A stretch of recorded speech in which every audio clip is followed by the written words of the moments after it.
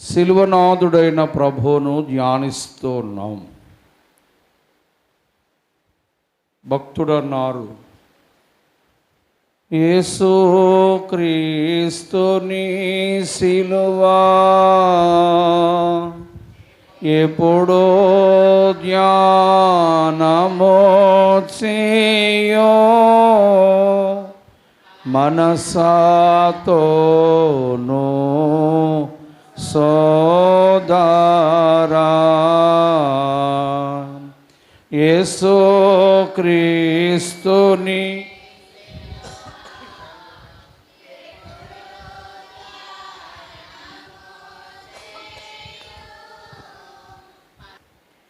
యేసుక్రీస్తు యొక్క శిలువ రక్తము అని మనం చదివాం. మరి యేసు ప్రభువారు శిలువలో కార్చిన రక్తము వలన, యేసుక్రీస్తు ప్రభువారు శిలువలో చిందించిన రక్తము వలన మానవునికి ఏమి ప్రయోజనం ఉన్నది? ఆ శిలువ రక్తము ఏమి చేస్తున్నది? మనము వాక్యాన్ని ధ్యానము చేస్తే మొదటి పేతురు పత్రిక 1వ అధ్యాయము 19వ వచనాన్ని చూస్తూ ఉన్నాం. యేసు ప్రభు యొక్క శిలువ రక్తము అమూల్యమైన రక్తము, అనగా నిర్దోషమును నిష్కలంకమగు గొర్రెపిల్ల యొక్క క్రీస్తు యొక్క రక్తము చేత విమోచింపబడితిమి. పిల్లరా, యేసుక్రీస్తు ప్రభువారికి గొర్రెపిల్ల అని పేరుంది. ఏ గొర్రెపిల్ల అంటే లోక పాపములు మోసుకొని పోయే గొర్రెపిల్ల. ఇది బాప్తిసం ఇచ్చిన యోహాను పెట్టిన పేరు. అయితే ఇక్కడ భక్తుడు వివరిస్తున్నాడు పేతురు పత్రికలో, గొర్రెపిల్ల రక్తము చేత విమోచింపబడ్డాం. గొర్రెపిల్ల రక్తము రక్తముతో గొర్రె పిల్ల విలువైన రక్తముతో కడుగబడి నేను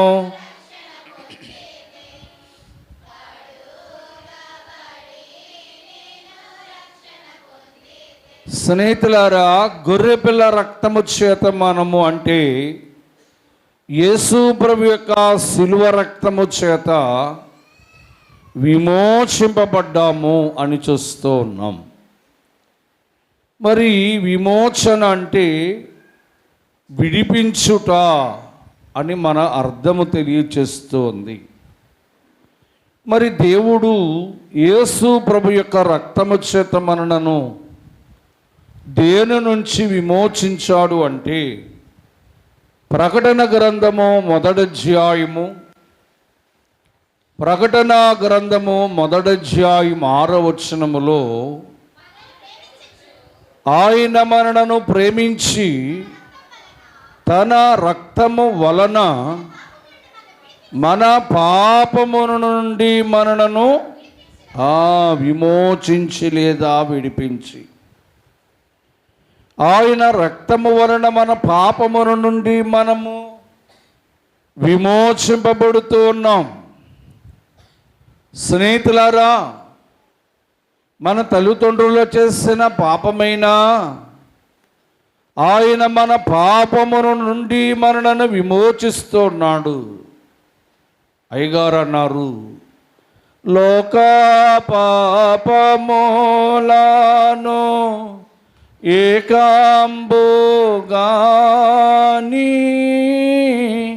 పైన వేసి కొంటివా, లోక పాపములను ఏకాంబోగాను ఏకాంబోగాని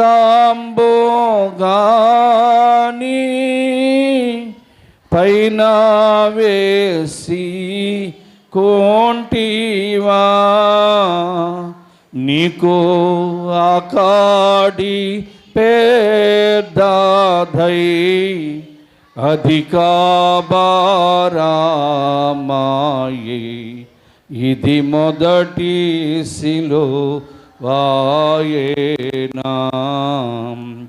నీకు ఆకాడి పేదై అధిక భారమాయే అది మొదటి సిలువాయేనా. దేవుని పిల్లారా, లోక పాపములన్నీ కూడా ఆయన పైన వేసుకొని ఈ లోక పాపముల నుంచి మనల్ని విమోచించుటకు ఆయన తన శిలువ మీద రక్తమును చిందించాడు. ఆ శిలువ రక్తము చేత మనకు విమోచన కలుగుతుంది, పాపము నుంచి విమోచన. కీర్తన గ్రంథము 130వ దావీదు కీర్తన 130వ దావీదు కీర్తన 8వ వచనాన్ని మనం చూస్తే, ఇశ్రాయేలుల దోషములు, బాగా వినాలి, దేవుడు మన దోషములు అన్నిటి నుండి మనలను విమోచన చేస్తున్నాడు. యేసు ప్రభు యొక్క శిలువ రక్తము మనము చేసిన దోషముల నుండి మనలను విమోచిస్తోంది. 1, 2 కాదు దోషములు, అనేక దోషములలో నుండి మనం విమోచింపబడుతూ ఉన్నాం.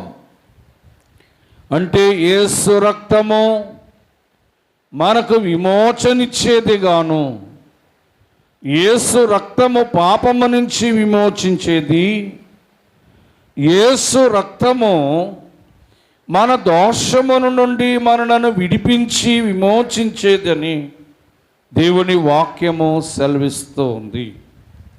దేవుని పిల్లారా, హోషేయ గ్రంథము 13వ అధ్యాయములో 14వ వచనములో ఒక మాటను మనం చూస్తాము. హోషేయ గ్రంథము 13:14, అయినను పాతాళలోక వశములో నుండి నేను వారిని విమోచింతును. అంటే యేసు రక్తము పాపము నుంచి విమోచిస్తుంది, యేసు రక్తము దోషముల నుండి విమోచిస్తుంది.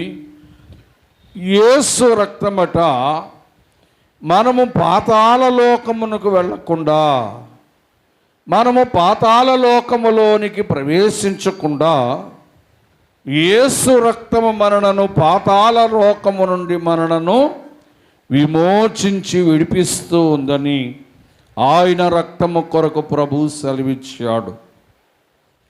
ఇక యేసు రక్తమును కొరకు మనం చూస్తే, హెబ్రీయులకు రాసిన పత్రిక 9వ అధ్యాయములో 22వ వచనాన్ని మనం చూస్తూ ఉన్నాం.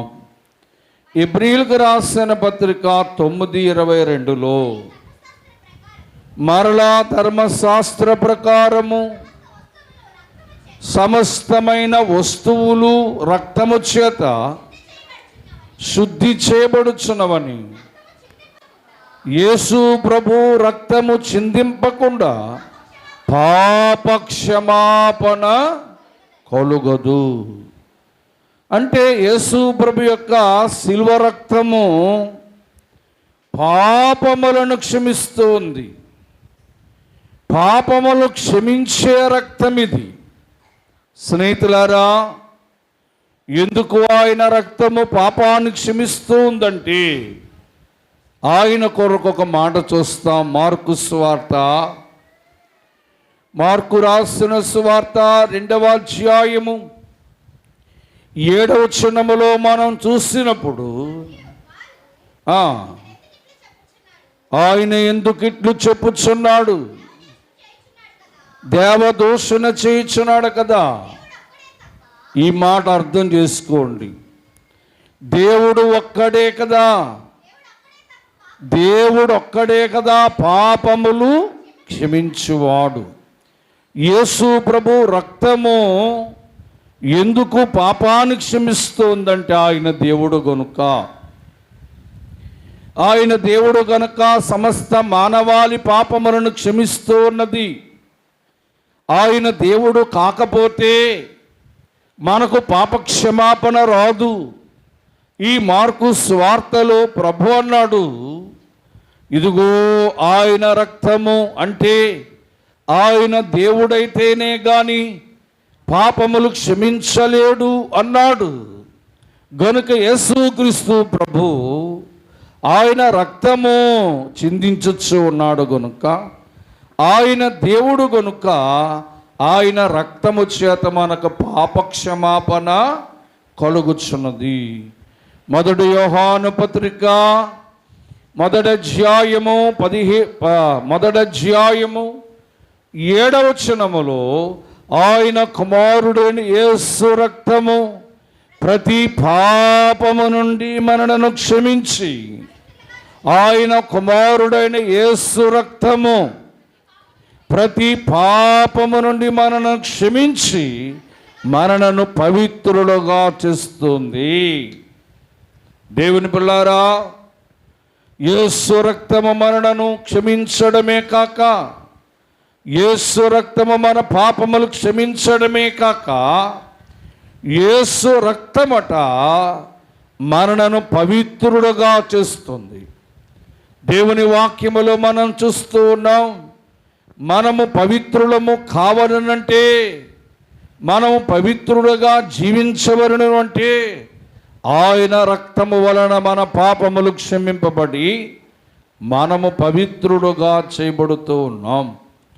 ఇక యేసు రక్తాన్ని మనం చూస్తూ ఉంటే రోమాపత్రిక 5వ అధ్యాయము 9వ వచనాన్ని మనం చూస్తే, జాయిగా చదవండి. ఆయన రక్తము వలన మనము నీతిమంతులుగా తీర్చబడ్డామంట. యేసు ప్రభు రక్తము మనలను నీతిమంతులుగా తీరుస్తూ ఉంది. అంటే పూర్వం మనము నీతి లేని వారిగా ఉన్నామేమో, పూర్వము నీతి తప్పిన వారిగా ఉన్నామేమో, నీతి మాలిన పనులు చేస్తున్న వారిగా ఉన్నామేమో. యేసు రక్తమే లేదా శిలువ రక్తమే మన దుర్నీతి నుండి మనలను పవిత్రులుగా చేసి మనలను నీతిమంతులుగా మార్చుచు ఉన్నది.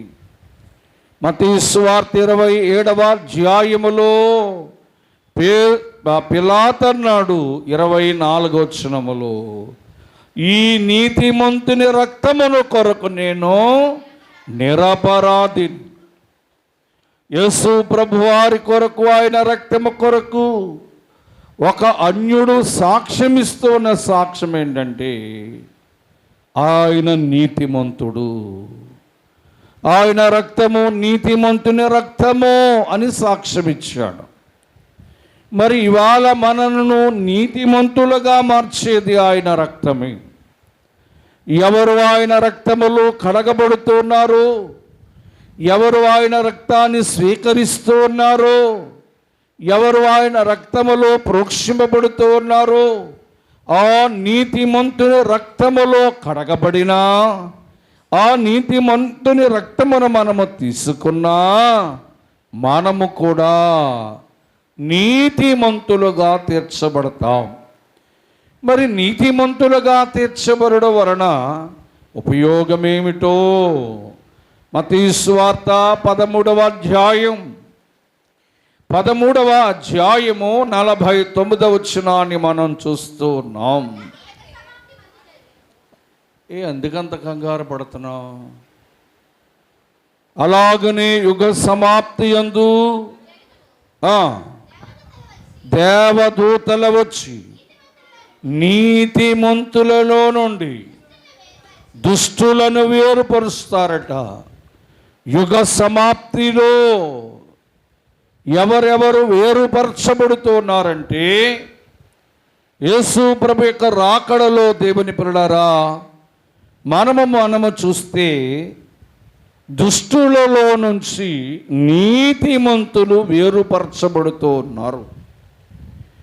మనము దుష్టులలో నుంచి వేరుపరచబడాలి అంటే మనము నీతిమంతులుగా ఉండాలి. మనము నీతిమంతులుగా ఉండాలి అంటే యేసు రక్తము లేదా శిలువ రక్తము మనలను నీతిమంతులుగా చేసినది గనుక యుగ సమాప్తి యందు నీతిమంతులైన మనము ప్రత్యేకింపబడతాం. అదే అధ్యాయము 43వ వచనములో నీతిమంతులు నా తండ్రి రాజ్యములో సూర్యుని వలె ప్రకాశించుచు ఉన్నారన్నాడు. అంటే నీతిమంతులు పరలోక రాజ్యములో ప్రకాశించు వారిగా ఉన్నారు. స్నేహితులారా, ఇందాక చదువుకున్న రోమాపత్రిక 5వ అధ్యాయము 9వ వచనములో మనము చూస్తాము, ఆయన రక్తము వలన మనము నీతిమంతులుగా తీర్చబడి మరింత నిశ్చయముగా ఆయన ద్వారా భయంకరమైన ఉగ్రత నుండి రక్షింపబడతాము. స్నేహితులారా, నీతిమంతులుగా ప్రభు రక్తం మనల్ని తీరుస్తూ ఉంది. నీతిమంతులుగా తీర్చబడినప్పుడు ఆ యొక్క యుగ సమాప్తి యందు మనము ప్రత్యేకింపబడతాము. నీతిమంతులైన వారు పరలోక రాజ్యములో తేజరిల్లు వారిగా ఉన్నారు. నీతిమంతులైన వారు భయంకరమైన దేవుని ప్రచండమైన ఉగ్రత నుండి కూడా రక్షింపబడుదురని వాక్యము సెలవిస్తుంది.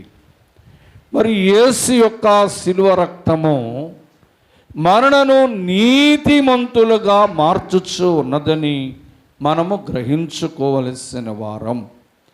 ఇక యేసు రక్తం ఏం చేస్తుందంటే చూడండి, హెబ్రీలకు రాసిన పత్రిక 9వ అధ్యాయము 14వ వచనాన్ని మనం చూద్దాం. నిత్యుడగు ఆత్మ ద్వారా తన్ను తాను దేవునికి నిర్దోషినిగా అర్పించుకొనిన క్రీస్తు యొక్క రక్తము నిర్జీవ క్రియలను విడిచి దేవుని సేవించుటకు మీ మనస్సాక్షిని ఎంతో శుద్ధి చేయును. మనస్సాక్షిని శుద్ధి చేయును మన యేసయ్యా రక్తము. మనస్సాక్షిని శుద్ధి చేయును మన యేసయ్యా. దేవుని పిల్లారా, మనస్సాక్షిని శుద్ధి చేసేదట లేదా మనస్సును శుద్ధి చేసేదట యేసు ప్రభు యొక్క శిలువ రక్తము. దేవుని పిల్లారా, మత్తయి సువార్త 23వ అధ్యాయము 25 నుంచి 26 వచనాలు మనం చూస్తే, అమ్మా అయ్యో వేషధారులైన శాస్త్రులారా, పరిసయ్యులారా, బాగా వినాలా, మీ గిన్నెయు మీ పల్లెమును వెలపడ శుద్ధి చేసుకుందురు కానీ లోపల దోపుతోను. బాగా వినాలి, కొందరట వెలపల శుద్ధి చేసుకుంటున్నారు శరీరాన్ని, వారి తలను, వారి శరీరమును, వారి వస్త్రాలను వెలపడ శుద్ధి చేసుకుంటున్నారు నీటితోనూ సోపుతోనూ. కానీ వారి అంతరంగములో లేదా వారి మనస్సులో పాపము అలాగే ఉంటుందంట. వారి అంతరంగములో పాపము అలాగే ఉంటుందంట. శరీర శుద్ధే కాదు దేవుని పిల్లారా, మన మనస్సు శుద్ధి కావలసినదై ఉన్నది. మన మనస్సాక్షిని యేసు రక్తము శుద్ధి చేస్తూ ఉంది. ఇక్కడ అంటాడు, వెలపడ శుద్ధి చేసుకున్నట కాదు కానీ, వాక్యములు అన్నాడు 26వ వచనములో, గుడ్డి పరిసేలారా, గిన్నెయు పళ్ళెము వెలపల శుద్ధి అగునట్లుగా లోపల శుద్ధి చేసుకోండి అన్నాడు యేసు ప్రభువారు.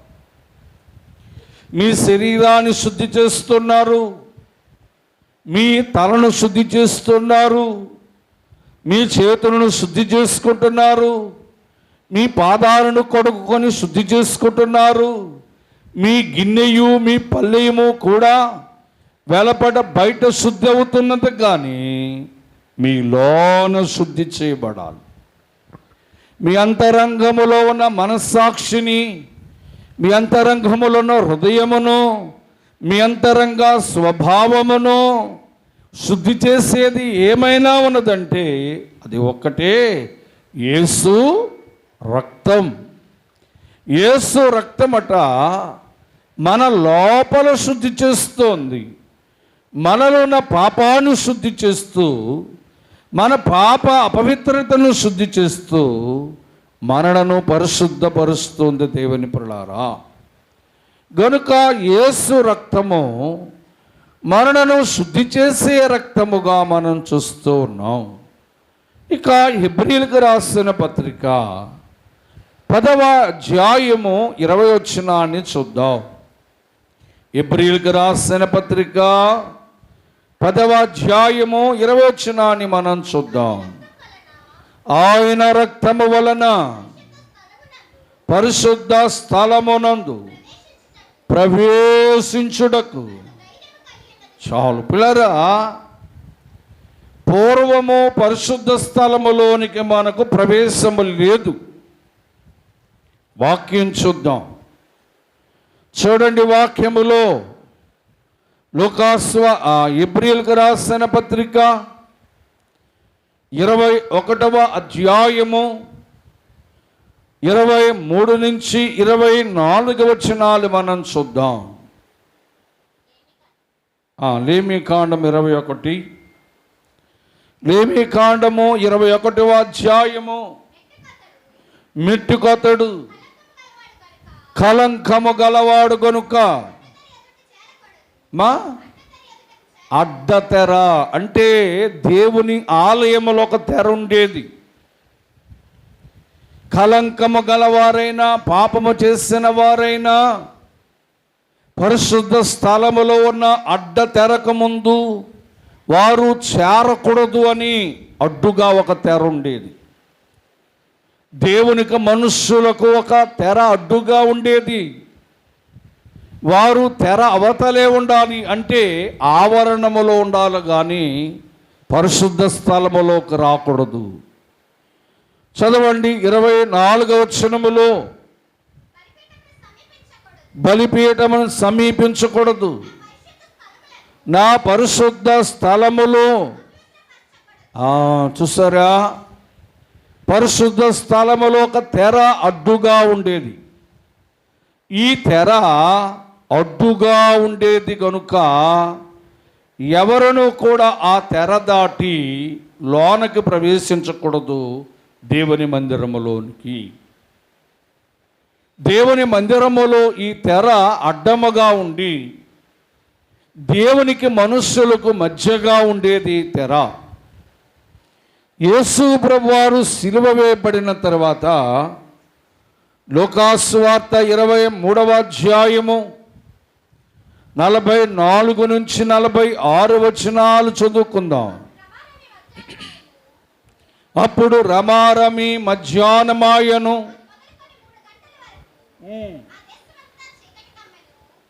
ఆ దేశమంతా చీకటి కమ్మెను, సూర్యుడు అదృశ్యమాయను. అమ్మా, దేవాలయములో ఉన్న గర్భములో ఉన్న తెర నలిగకు చిరిగాను. దేవుని పిల్లారా, దేవదాసయ్య గారు అన్నారు, యేసుక్రీస్తుని సిలువ ఎప్పుడో ధ్యానము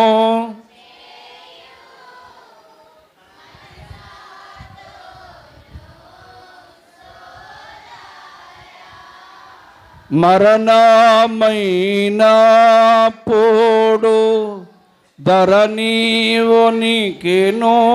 గూడి తెరచినిగేను సోదరా. మరణమైనప్పుడు ధరణీవునికెనో గూడి తెరచినిగేను సోదరా. ఊరు గిరులో బండలో బాధ లాయే సమాధులు తెరువబడెను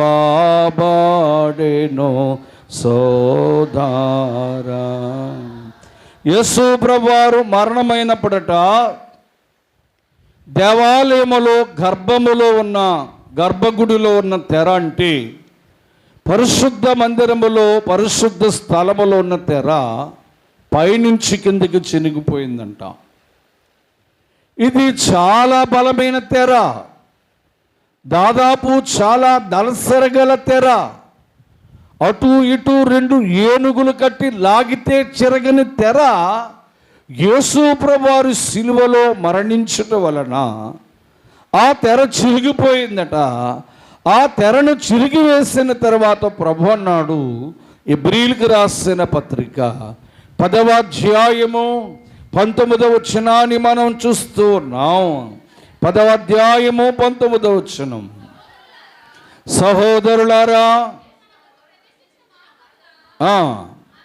అనగా నూతనమైనదియు జీవగలదియు ఆయన శరీరమనే, అమ్మా బాగా వినాలి, ఆయన శరీరమనే తెర ద్వారా ఏర్పరచబడిన మార్గము. ఆయన శరీరమును తెర ద్వారా మనకొక మార్గం ఏర్పడిందంట. ఏంటి ఆ మార్గం అంటే యేసు ప్రభు రక్తము చిందించుట వలన మనమందరము కూడా ఈ పరిశుద్ధ స్థలములోనికి రాగలుగుతున్నామంట. పూర్వం రానిచ్చేవారు కాదు. ఒక్క యాజకుడు మాత్రమే పరిశుద్ధ స్థలములో ఉండాలి తప్ప ఏ మనుష్యుడు కూడా ఈ పరిశుద్ధ స్థలములోకి రాకూడదు. ఈ తెర అడ్డుగా ఉంటుందంట. ఈ తెర ఎప్పుడైతే చిరిగిపోయిందో మనము పరిశుద్ధ స్థలములోనికి, దేవుడు పరిశుద్ధ స్థలములోనికి మనను తీసుకొని వచ్చింది ఏంటి అంటే యేసు రక్తము. ఆయన రక్తము తెరని చింపివేసింది.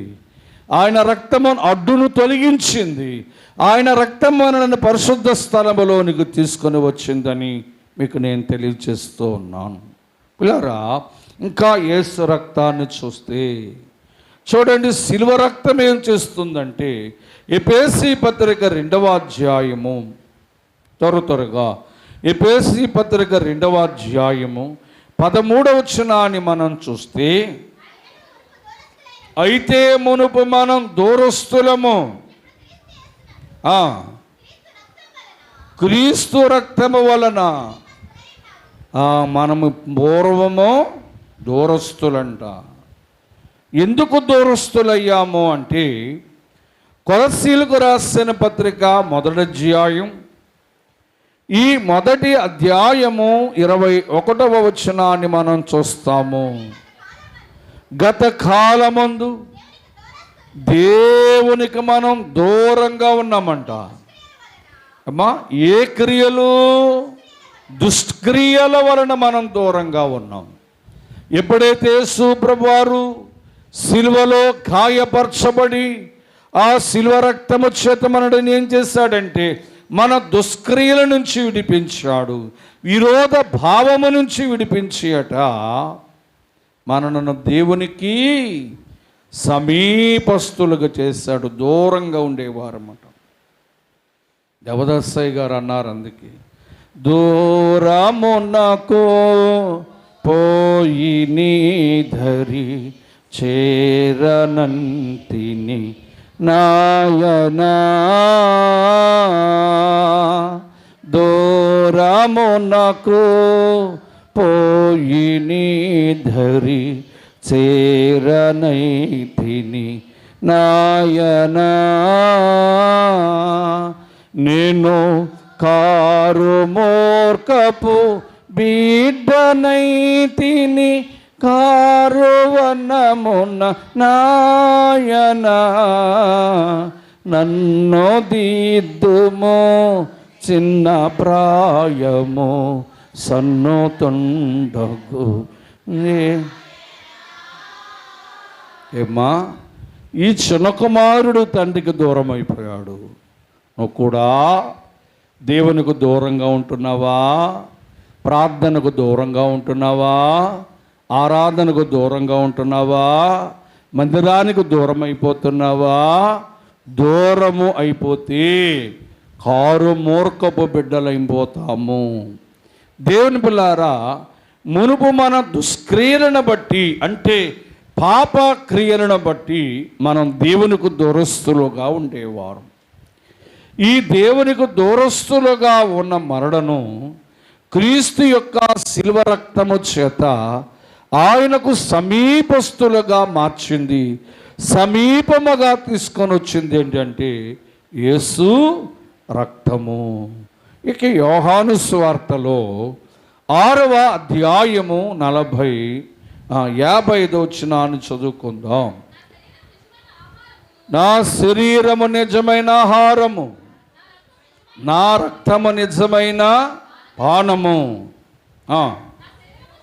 నా శరీరమును తిని నా రక్తము త్రాగువాడే. పిల్లరా, యోహాను సువార్త 6:54 చదువుతా. నా శరీరమును తిని నా రక్తము త్రాగువాడు. దేవుని స్తోత్రం, దేవుని స్తోత్రం. ఇక్కడ చూడండి, నా శరీరము తిని నా రక్తము త్రాగువాడు నిత్య జీవము గలవాడు. అంటే యేసు ప్రభు రక్తం మనకేమిస్తుందంటే జీవాన్నిస్తుంది. దేవుని పిల్లారా, జీవము ఎవరిస్తారు అంటే మొదటి యోహాను పత్రిక 5వ అధ్యాయము 10-11 వచనాలు మనం చూస్తే, ఇక్కడ మొదటి యోహాను పత్రిక 5:10-11 వచనాలలో మనం చూస్తున్నప్పుడు దేవుని కుమారుని యందు విశ్వాసముంచువాడు ఈ సాక్ష్యము కలిగి ఉన్నాడు. దేవుడు నమ్మినవాడు, ఆయన కుమారుని గూర్చిచ్చిన సాక్ష్యము. దేవుని పిల్లారా, మొదటి యోహాను పత్రిక 5వ అధ్యాయము 10వ వచనములో చూస్తే ఈ సాక్ష్యమేమనగా దేవుడు మనకు ఏమిస్తాడంట?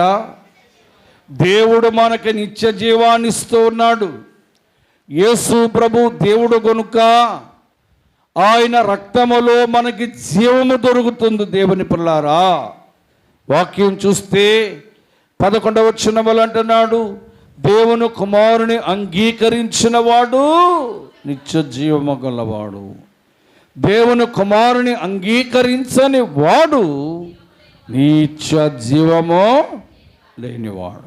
పిల్లారా, యేసు ప్రభు రక్తం మనకు జీవాన్నిస్తుంది. ఎందుకంటే ఆయన దేవుడు గనుక, ఆయన దేవుడై ఉన్నాడు గనుక, ఆయన రక్తములో జీవముంది గనుక ఆయనను అంగీకరించిన మనకు జీవమునిస్తుందంట, నిత్య జీవాన్నిస్తుంది. దేవుని పిల్లారా, యేసు ప్రభు రక్తము మనకి జీవాన్నిస్తుందని మనం చూస్తూ ఉన్నాం. ఇక వాక్యములో మనం చూద్దాం. చివరి మాటగా ప్రకటన గ్రంథము 12వ అధ్యాయం, ప్రకటన 12:11 అని మనం చూసి వాక్యం.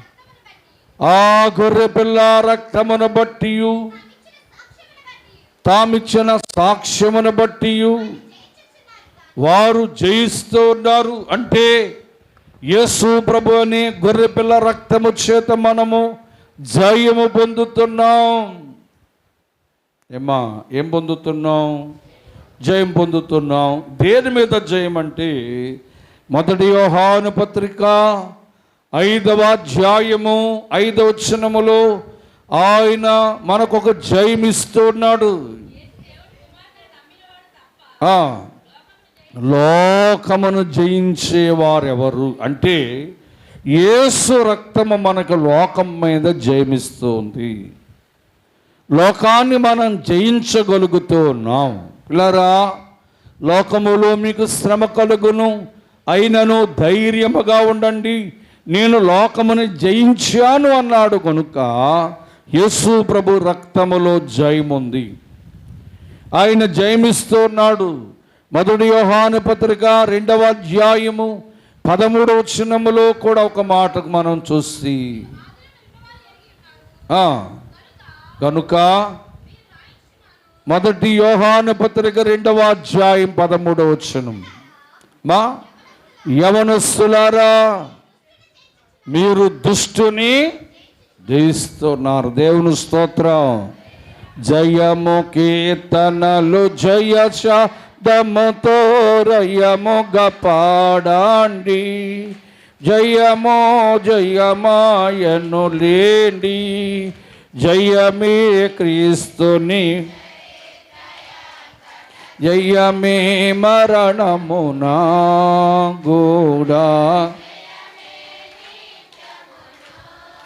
సాధ్విలా. దేవుని స్తోత్రం. జయము కలుగుతుందంట ఆయన రక్తము వలన. పిల్లరా, చూడండి, ఇప్పటి వరకు మనము శిలువ రక్తము కొరకు చూస్తున్నాం. శిలువ రక్తము మనకి పాపము నుంచి విమోచిస్తుంది. శిలువ రక్తము మన పాపములు క్షమిస్తుంది. శిలువ రక్తము మనలను నీతిమంతులుగా తీరుస్తుంది. శిలువ రక్తము మన మనస్సాక్షిని శుద్ధి చేస్తుంది. శిలువ రక్తం మనలను పరిశుద్ధ స్థలములో ప్రవేశింపచేస్తుంది. శిలువ రక్తము దేవునికి దగ్గరగా చేరుస్తుంది. శిలువ రక్తమే నిత్య జీవాన్ని ఇస్తుంది. శిలువ రక్తమే మనకు లోకము పైన సాతాను పైన జయమిస్తుందని వాక్యము తెలియచేస్తుంది. గనుక ఆయన శిలువ రక్తము చేత మనము సంధి చేయబడి ఆయన శిలువ రక్తములో కడిగి శుద్ధీకరింపబడాలని ప్రభువు తెలియచేస్తున్నాడు. ఈ మాటలు ప్రభువు దీవించునుగాక.